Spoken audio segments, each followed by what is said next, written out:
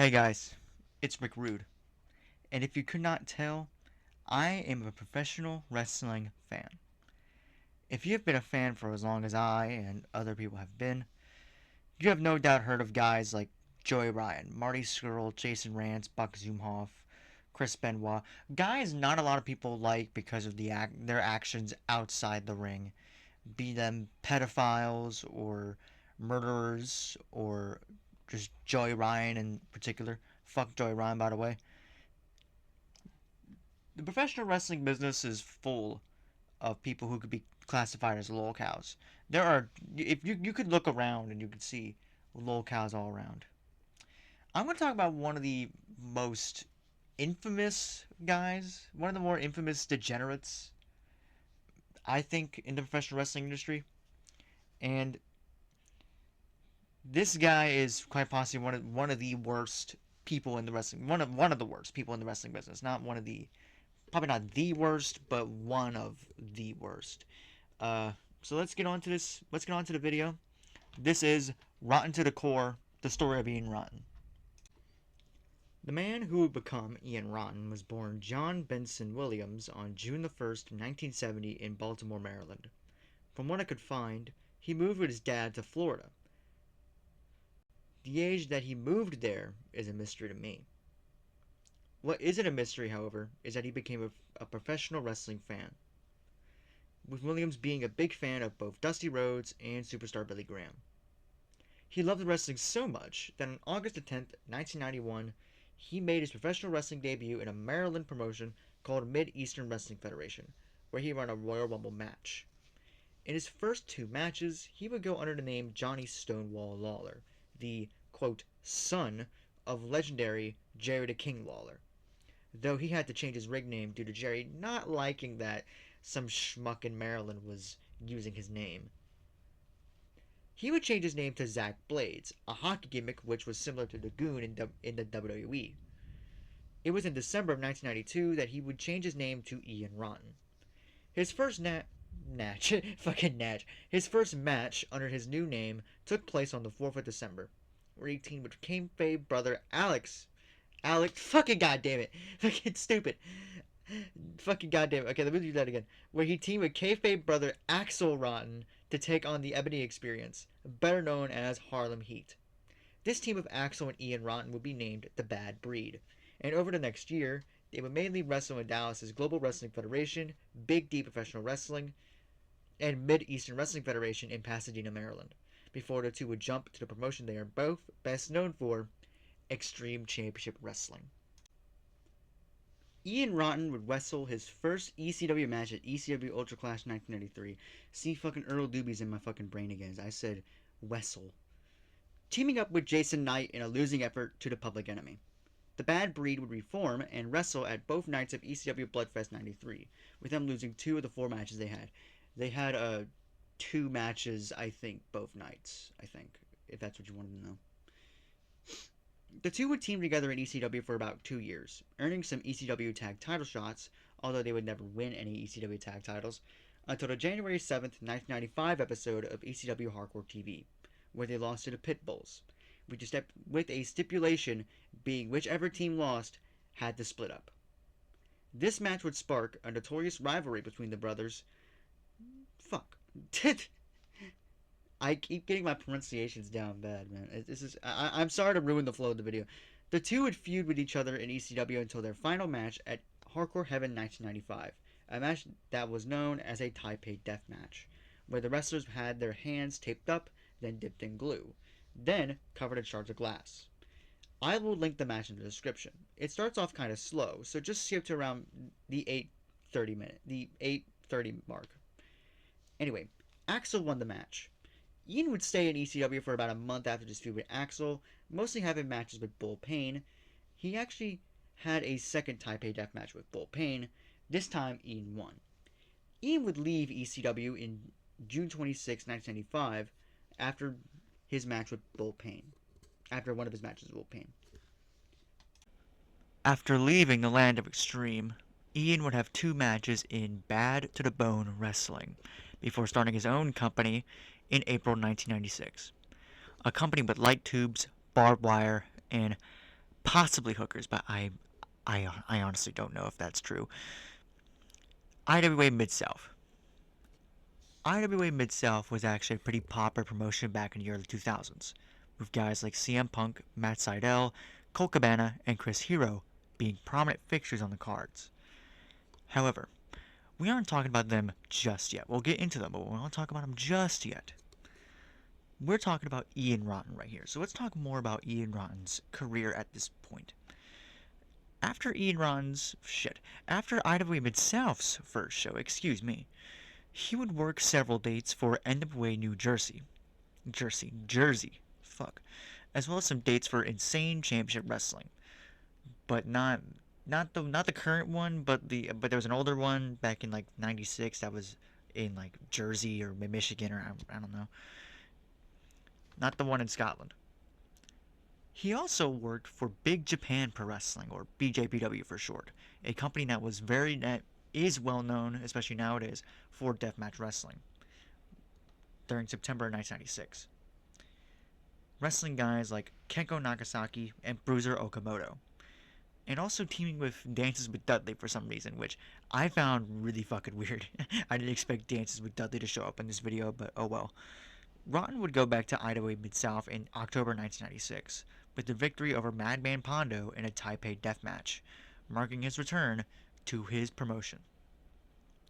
Ian would mostly stay in IWA Mid-South after his return from Japan, winning the IWA Mid-South Heavyweight title a few times, as well as working dates for NWA New Jersey, ICW, New Jack City Wrestling, and Mid-America Wrestling. IWA Mid-South had become a premier deathmatch promotion around this time, with guys like Corporal Robinson, Madman Pondo, Necro Butcher, and Too Tough Tony all making appearances for the company. Those guys are all deathmatch legends, especially someone like Necro Butcher. Around the year 2000, Dave Prazak got hired to be a manager, commentator, and ring announcer for IWA Mid-South. Prazak was a veteran commentator at this point. No, you probably know him for early Ring of Honor shows. I think he does GCW commentary now, and I also think he did CCW for a little time. Oh, I think that might be a different guy. I don't know. Prazak used his connections with Ring of Honor to get talents with like CM Punk, Chris Hero, Colt Cabana, Christopher Daniels, and other Ring of Honor talent to appear in IWA Mid-South. This era is where IWA Mid-South got most of its major success. If you want some IWA Mid-South matches, I'll link some in the description below. I'm reading a script right now, so if I sound stilted, it's because I'm reading a script. I don't trust myself with freehanding or free speaking, so I'm going to give you just some matches right here. I'll probably link the whole, I'll probably link, some Ian Rotten matches in there. Maybe, that one match that CM Punk had with Eddie Guerrero and Rey Mysterio. I'll link that. Probably the whole Punk versus Chris Hero feud. I'll probably link those too. Maybe, I don't know how many I'll do. I'll probably link those. Those are the ones I'm getting off the top of my head, so I'm probably think of those. IWA Mid-South would move several times during its lifetime, starting in Louisville, Kentucky, or Louisville. It's not Louisville, it's Louisville. So the company started in Louisville, Kentucky, until it was forced to move to Charlestown, Indiana. Then moved again to Clarksville, Indiana. Then, after a small spell in Illinois, they went to their final location, New Albany, Indiana. The company would also go on hiatus several times, with them first going into hiatus in 2008, which ended the next year. Then they went on a couple-month hiatus from March to July of 2011, undergoing new ownership in the process. After closing again in September 2011, they returned in July 2013. This time, Ian Rotten owned it again, but he only held it for 2 or 3 shows, and then he was gone again. The company would continue until 2022, when heavyweight champ and junior heavyweight champ Jake Christ and other wrestlers called Ian Rotten out for not paying them. Don't worry, we're gonna get to the not paying people part. Jake actually burned both his heavyweight belt and junior heavyweight titles in a burn barrel or something, just really weird. The company hasn't ran a show since June 2022. Okay, we got through Ian Rotten's beginnings. We got through the creation of IWA Mid-South. We got through the history of IWA Mid-South. Now we're gonna go into the stuff that Ian Rotten is best known for.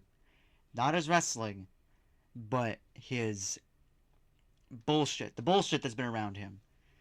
Let's start off with something tame, like a lesser tame thing. One of the more infamous things of Ian Rotten. IWA had to move to Indiana from Kentucky, right? I already said this. I kind of alluded to it in the previous chapter. But the reason why that Ian was forced to move was because the Kentucky Athletics Commission outright told them to get the hell out of their state. Ian had a promotion that was so bloody and so violent that the Kentucky Athletic Commission changed their rules of professional wrestling that made it to where you can't even you have to get licensed, which I think back in the day was a big thing. Like, I think back in the day when wrestling was still seen as real, that was commonplace, but not when that happened. Not when they got banned from Kentucky. It got to the point where I'm pretty sure even if you couldn't even train without a license. You couldn't even get trained without having a license. It was fucking stupid. Right? After he moved to Indiana, he held events from the Indiana National Guard Armory. You might be asking me, Rick, why is this important? Why are you telling me this? Why is this so important? Because here's the reason. Ian, the fucking idiot that he is, did not clean the broken glass off the floor. Right? And from what I've heard, I've seen some stuff on the internet about this.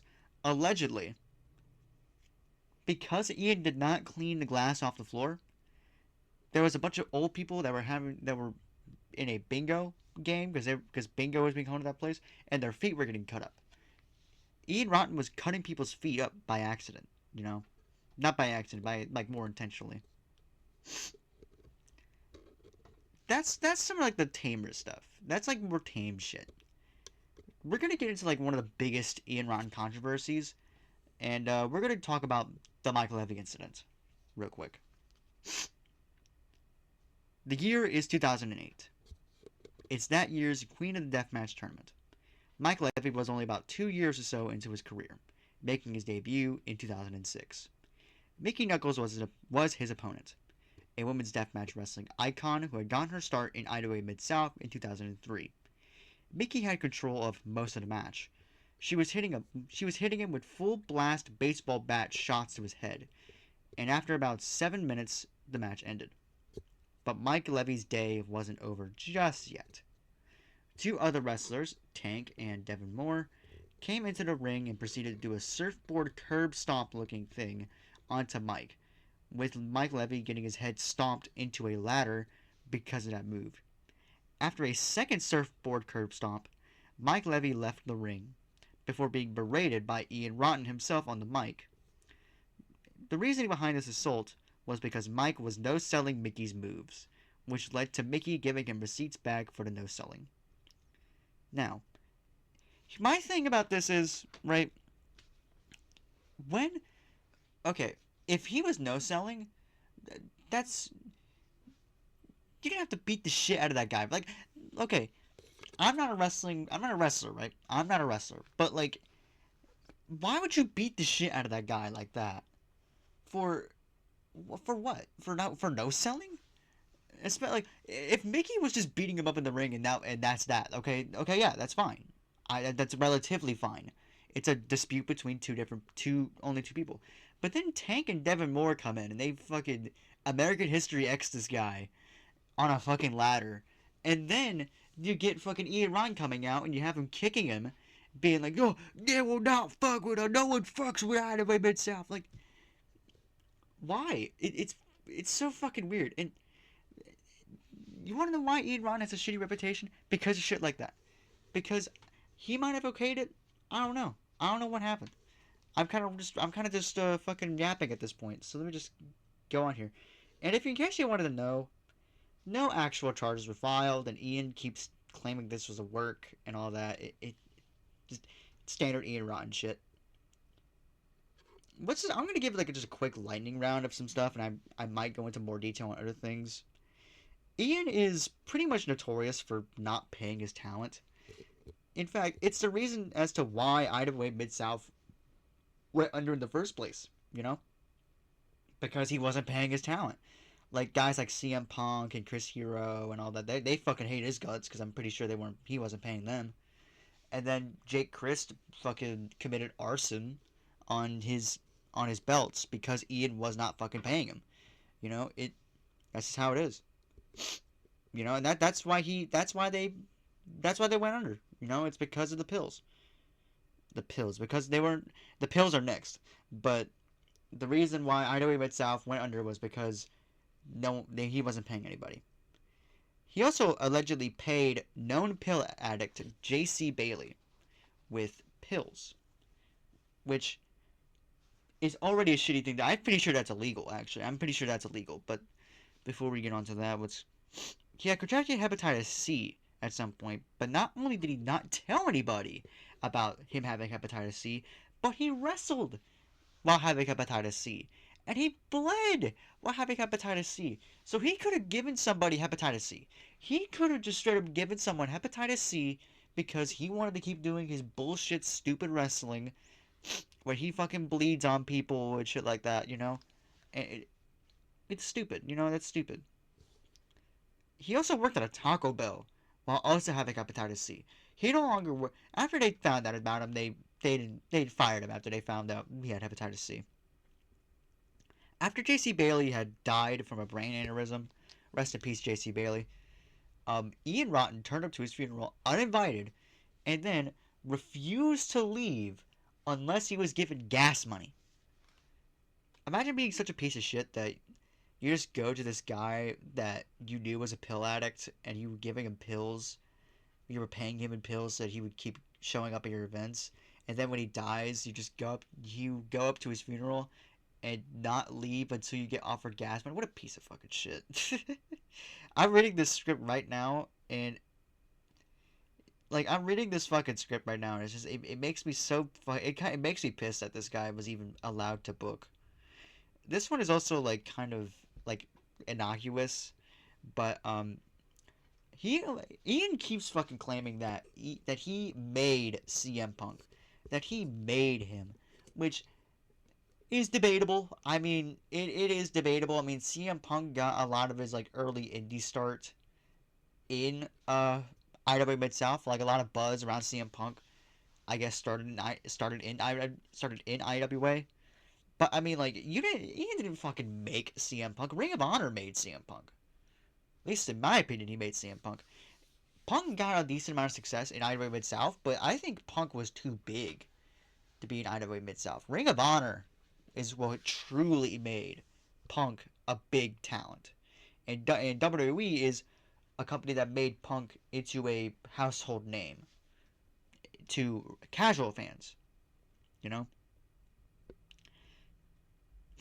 you know. And if you want to know more about the J.C. Bailey shit, and a bunch of other things about Ian Rotten, Grapplevision has a interview with Ian Rotten from years ago, and I've heard people get talked down before. I've heard people get talked down before, but this is not talking down. This is a beat. This is a verbal beatdown.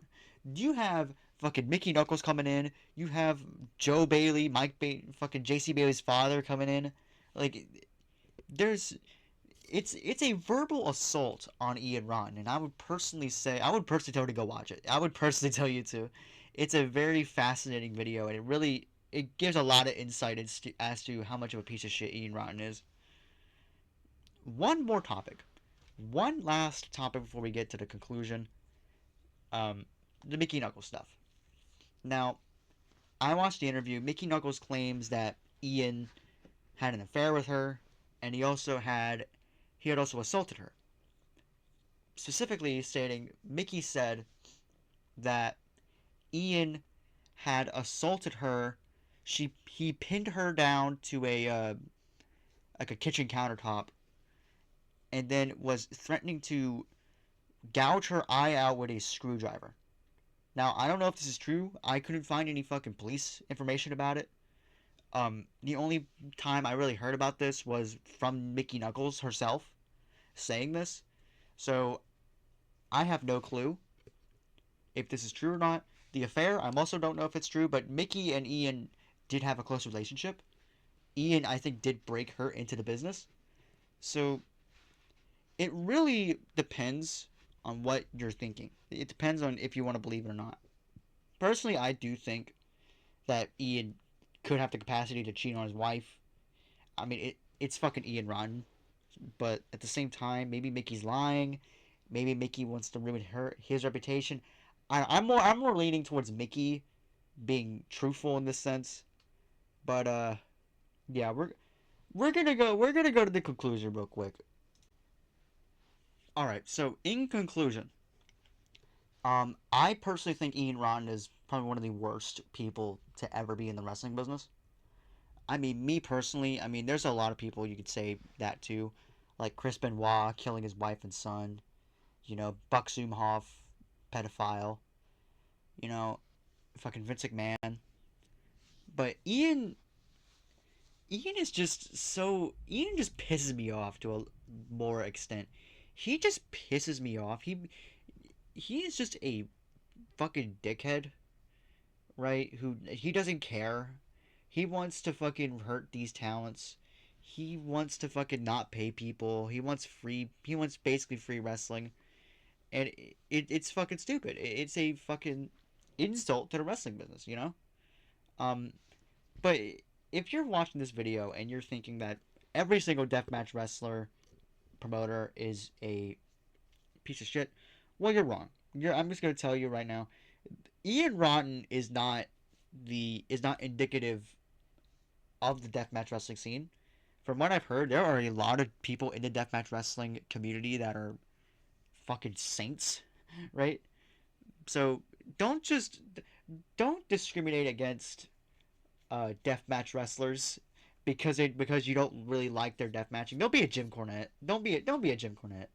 You just don't be a Jim Cornette. Don't do that. You know. Well, that's pretty much it. I thought this video was gonna be longer than it actually was. I'm pretty sure this is probably gonna be like 20 something minutes. So with that, I'll see you guys later. I'll see you guys in my next video. If you want a lolcow or a more wrestling related lolcow to be talked about on this channel, then hit me in the comments. DM me on Twitter at what's my at? What is my at? At the one who creams. You could at me on there and message me. You could fucking what else? What other sites do I have? I have a YouTube account. Fucking of course I have a YouTube account. I fucking it's stupid. I'm thinking of this like on the fly. So I have a YouTube account. You if you want a topic, hit me up in my comments sections. Hit me up in my fucking Twitter. I'll see you guys later. Bye bye.